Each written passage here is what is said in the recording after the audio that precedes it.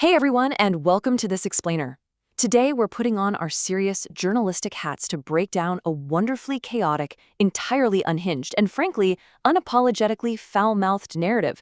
We are diving headfirst into the highly anticipated first two episodes of Nicky Verse Season 32.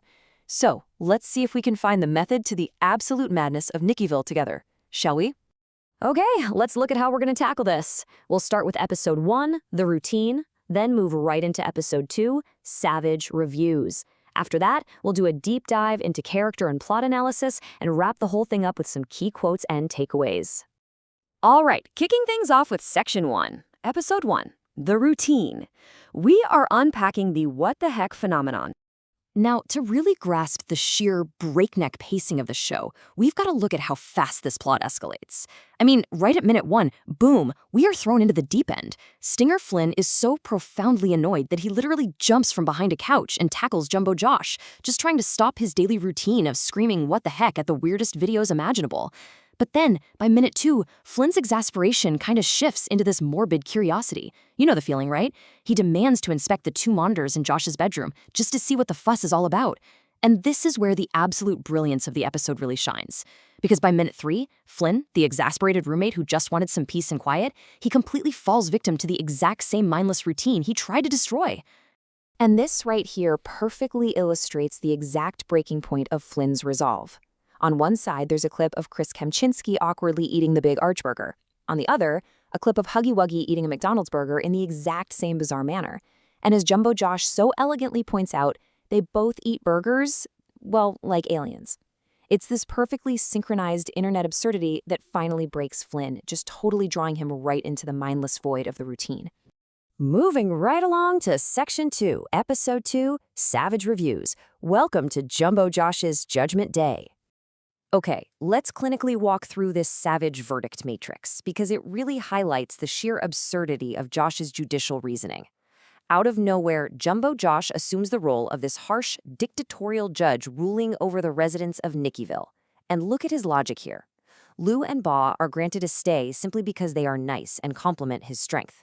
Elodie and Dragon Illusion, bam, immediately banished just for calling Josh immature and dumb. Huggy Wuggy and Dewey secure their spots, not through any actual merit, but purely because they share a mutual hatred of a character named Mr. Hall. Catnat manages to survive by staying strictly neutral. And then there's poor Nab who just voluntarily walks out because he literally can't think of anything to say. Now, what's really interesting when you look at the survival rate under Josh's completely unhinged rule is just how volatile it is. 5 characters are granted a stay, 2 are straight up banished, and 1 walks out voluntarily. But pay close attention to that one specific case. 1 character is betrayed and banished. It's a completely unpredictable power trip, to say the least. Which brings us perfectly into Section 3, Character and Plot Analysis. Let's dig into the actual dynamics of Nickyville. So we gotta break down Stinger Flynn's character arc here because honestly, it is undeniably tragic. He starts Episode 1 as the sole voice of reason, right? But by Episode 2, he becomes the victim of the ultimate betrayal. During his review, Flynn builds this highly logical defense. He positions himself as a loyal friend, one of the real ones. He appeals to their shared history, pointing out that they've been through crazy shit together. He even highlights his practical value by mentioning he's useful in a fight. And Jumbo Josh actually listens. He seemingly agrees, explicitly stating that those are good reasons to let him stay. And then, no way. He completely pulls the rug out from under him and banishes him anyway. The sheer injustice of this betrayal after such a logically sound defense is just mind-boggling. The absolutely crucial point here is understanding Jumbo Josh's core motivation. His entire reign as judge is built on this hilarious, massive hypocrisy. He is highly motivated to reward literally anyone who happens to hate Mr. Hall, but he will ruthlessly and aggressively punish anyone who points out his own immaturity. I mean, think about it. He banishes Elodie and Dragon Illusion for calling him childish, all while literally screaming profanities at them like a toddler throwing a tantrum. It's just a brilliant juxtaposition of dialogue and action. And that sets us up for our final section, Section 4, Key Quotes and Takeaways, focusing on the memorable dialogue. You know, the aggressive, rapid-fire dialogue is really the lifeblood of the humor in the Nicky Verse. Take this incredibly descriptive line from Stinger Flynn back in Episode 1. That blue idiot eats like a fucking vacuum cleaner. It just so perfectly showcases Flynn's initial intense disdain for the internet brain rot he's watching. It's harsh, it's visceral, and it makes his eventual surrender to those exact same videos just moments later so much funnier. Let's see how this builds to the absolute climax of episode 2.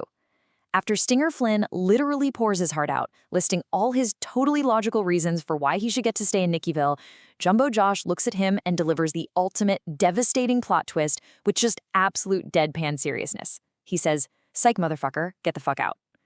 All that logic, all that shared history we just talked about, completely tossed out the window for the sake of a ruthless punchline.